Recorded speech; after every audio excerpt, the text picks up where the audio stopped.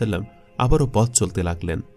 তারপর এমন এক ব্যক্তির নিকট পৌঁছালেন যে বিরাট একটি লাকড়ির বোঝা বেঁধে নিয়েছে, যা সে বহন করতে পারছে না, অথচ সে আরও লাকড়ি নিয়ে একত্রিত করছে। তার উচিত ছিল লাকড়ির বোঝা কিছুটা কমিয়ে দেওয়া, যাতে সে তার লাকড়ি বহন করতে পারে। তখন রাসূল পাক সাল্লাল্লাহু আলাইহি ওয়াসাল্লাম হযরত জিবরাইল আলাইহিস সালামকে বললেন, এই লোকটিকে এবং সে এমনটা কেন করছে? তখন জিবরাইল আলাইহিস সালাম বললেন, সে ওই ব্যক্তি যার উপর মানুষের অনেক হক আছে, যা সে আদায় করতে পারছে না, তারপরও সে অন্যান্য লোকের হক মাথায় উঠিয়ে নিচ্ছে। অতঃপর নবী করিম সাল্লাল্লাহু আলাইহি ওয়াসাল্লাম সামনে অগ্রসর হলেন। বেশ কিছু দূর যেতেই এক জায়গায় দেখলেন কিছু লোকের জিহ্বা আগুনের কাঁচি দ্বারা কাটা হচ্ছে এবং তার সাথে সাথে আবার ঠিক হয়ে আগের মতো হয়ে যাচ্ছে।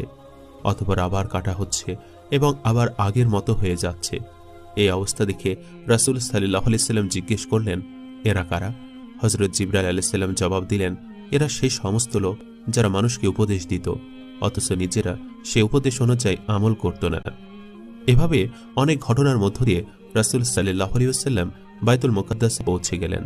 সেখানে গিয়ে তিনি বোরাককে একটি আংটির মধ্যে বেঁধে রাখলেন, যেখানে পরবর্তী নবীগণ তাদের সওয়ারি বাঁধতেন।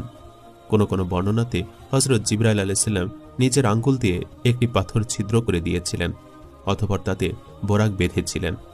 বোরাক বাঁধার পর হযরত জিবরাইল আলাইহিস সালাম বললেন, হে মুহাম্মদ, আপনি বেহেশতের হুর দেখার জন্য আপনার প্রভুর নিকট দরখাস্ত করেছিলেন কি?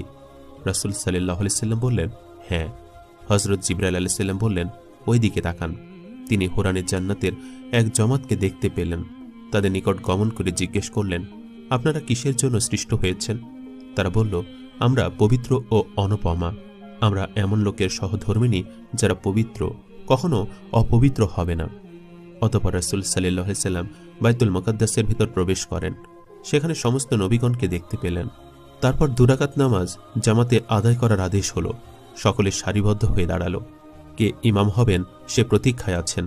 হযরত জিবরাইল আলাইহিস সালাম হযরত মুহাম্মদ সাল্লাল্লাহু আলাইহি ওয়াসাল্লামের হাত ধরে ইমামের মুসল্লায় বাড়িয়ে দেন এবং বললেন, আপনি ইমাম হয়ে নামাজ পড়িয়ে দেন। ওই জামাতে মোট 7 কাতার হয়। প্রথম 3 কাতার রাসূলগণের এবং অবশিষ্ট কাতারগুলো নবীগণের। হযরত মুহাম্মদ সাল্লাল্লাহু আলাইহি ওয়াসাল্লামের বরাবর পেছনে হযরত ইব্রাহিম আলাইহিস সালাম, ডান দিকে হযরত ইসমাঈল আলাইহিস সালাম এবং বাম দিকে হযরত ইসহাক আলাইহিস সালাম ছিলেন। নামাজ শেষে জিবরাইল আলাইহিস সালাম বললেন, সমস্ত নবী রাসূলগণ আপনার পেছনে নামাজ পড়েছে। এটা ছাড়া কতিপয় বিশেষ বিশেষ ফেরেশতাও এই জামাতে শরীক হয়েছে। একজন ফেরেশতার দিকে ইশারা করে হযরত জিবরাইল আলাইহিস সালাম হযরত মুহাম্মদ সাল্লাল্লাহু আলাইহি ওয়াসাল্লামকে বললেন, ইনি দোজখের দারোগা মালিক, তাকে সালাম করুন।